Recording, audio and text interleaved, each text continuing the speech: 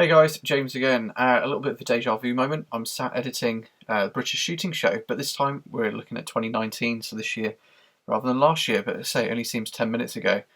Now, being the second show, I was going into this with my eyes open a little bit more, knew roughly what was going to be in front of us, and was quite excited. So the lead up, there was quite a few new bits and pieces that were coming out.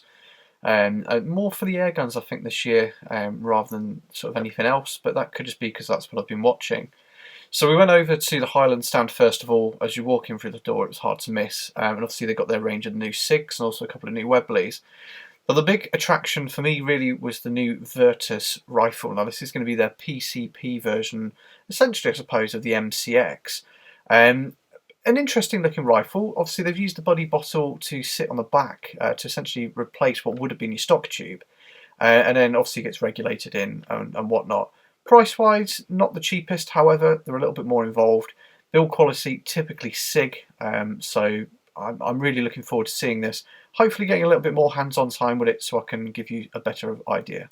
Now, in the lead up to the show, BSA dropped the bombshell, basically, that they were going to be releasing 8 new rifles, both BSA and Gammo. And I was really looking forward to getting across the stand. Obviously, a bit of discussions in the background, and we've had quite a successful year with the Defiant video. So it was quite a good stand to get to, and there we go. The new R10TH. Now, a lot of people are picking up on the adjustable cheek piece. They're not a fan of the soft touch. However, bit Marmite, you're either going to love it, you're going to hate it. And the extended body bottle there as well improves shot count, which would be good. Other than that, my highlight really was the Boxer. Already people are drawing kind of comparisons to Defiant, but again, be interesting to see this one actually in person a little bit more. 2019, hopefully, guys, will be a good year for us with BSA. Also, with the bullpups, Umarex have got the Rain. Now, I'm not convinced with this gun. I only had a very brief time with it, but again, I'm yet to make my mind up. And obviously, a slightly new version there of their time and proven RM8. There is big news coming from Daystate. They're keeping it a little bit quiet. I did see one guy trying to get information out of them. It didn't seem to be going down too well. However, again, they had the best looking stock, I think, of any of the guns that were on display, and that was the Red Wolf. An absolutely gorgeous stock. Again, a work of art. I really wouldn't want to be the one dragging it around the field. Now, moving over to whole cartridge. Now, obviously, these are the guys that bring in Weihrauch. They had a lot on display. And one thing they did have on display was obviously the new HW100 bullpup. Now again, this is going to be one of those ones that's going to split opinions. However, for me personally, I didn't get any footage with it. However, I've got a couple of pictures. I really liked it. To hold, very comfortable. To shoulder, perfectly balanced. And there was no fade from the trigger as well, which was quite nice. Obviously, a lot of bullpups suffer with that. So it was nice to see that HW and Weihrauch, should I say, have actually addressed that and actually made something quite decent. Again, if I can get my hands on one of these to further test, I think this could be a huge gun for 2019. Now, the other big bit of airgun news is obviously the Dreamline. This is the first time that FX have shown it in the UK. And it's going to come in a little bit cheaper than the Crown and the Impact, but you still get the adjustability and all the functionality that you would with both of these guns. But obviously you can modulate it, you can turn it into whatever you want. Now, I can see this being really popular. Obviously the ability to change it and turn the gun into everything that you ever wanted it to be is going to be really kind of eye-catching, and I think it's going to take the market with storm.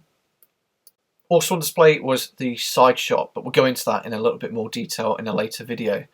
Now, moving on to the rifle, there was a lot of the same, to be fair, apart from some sweet new sort of Ceratoke finishes over on the Highland display, and the KRG, what I believe is the Bravo, which is a rifle I'm actually looking at myself. A lot of the stuff had kind of stayed the same. It was quite a stagnant area, I thought, with the rifles this year. No massive new products. But one thing that I was actually really pleased to see was the 50 cal club. Now, obviously, it's been a turbulent couple of months, should we say, the last 18 months or so. But it was really good to see that, one, they've survived, two, they're back to show their stuff, and three, that the actual club and the 50 cal scene seems to be really strong. And if anything, from the extra exposure, people seem to be a lot more aware of it. So that was really good to see. And as you can see here, Action International even joining in with the 50 cal hype.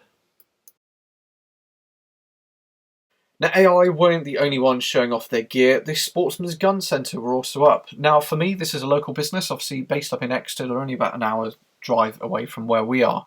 So it's good to see a local business with such a kind of prevalent position at the show.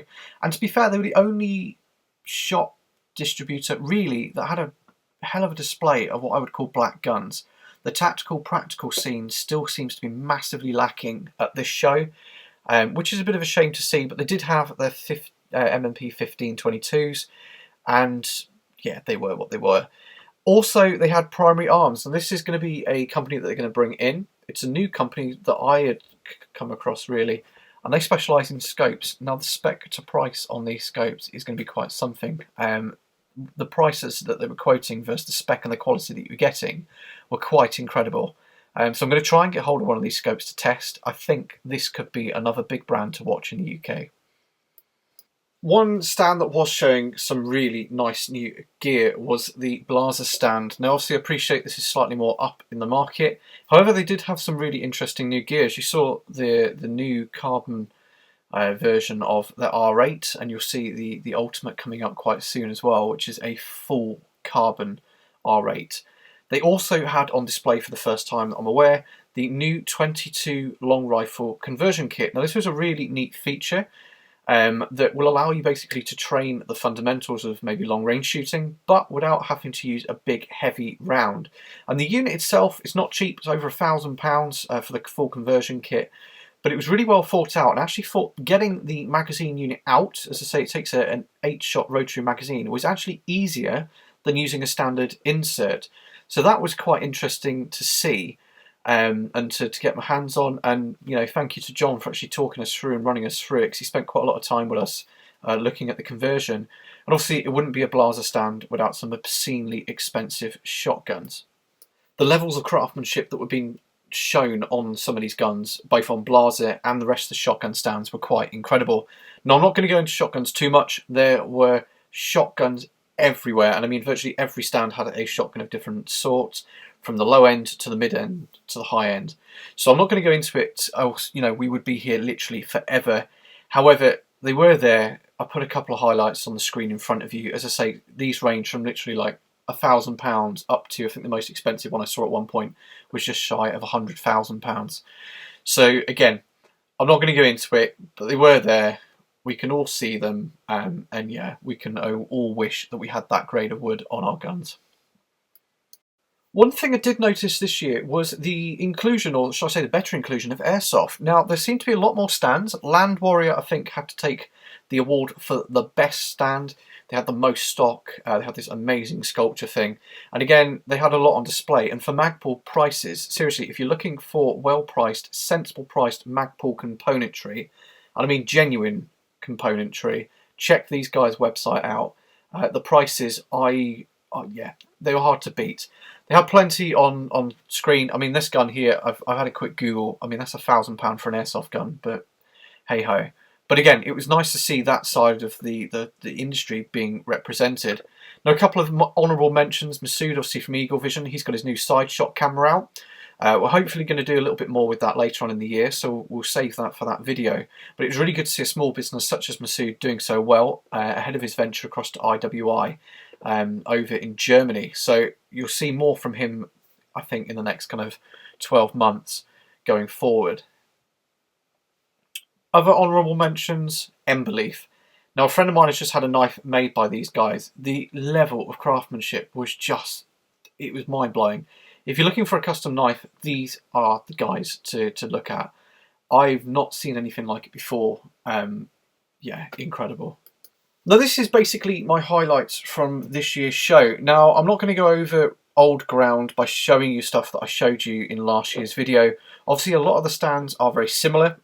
A lot of the stands maybe didn't have any new products, so it's difficult for me to include them in this video. Now, if I haven't included anybody, it's nothing personal, but I just wanted to produce a new video rather than repeat the same stuff.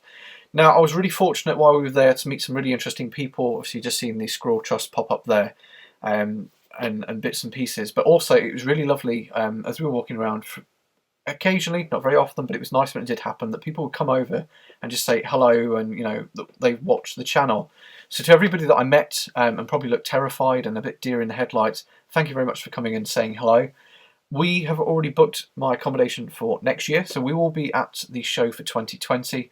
But obviously, until then, you got any questions, any comments, anything like that, feel free to put them in the box below. Obviously, just comment below. And if you want to check out all the other social medias, obviously we've got Facebook, Instagram, etc. Feel free to check those out. Just search Replica Reviews, will pop straight up. So anyway, guys, big stuff coming for the rest of the year from us.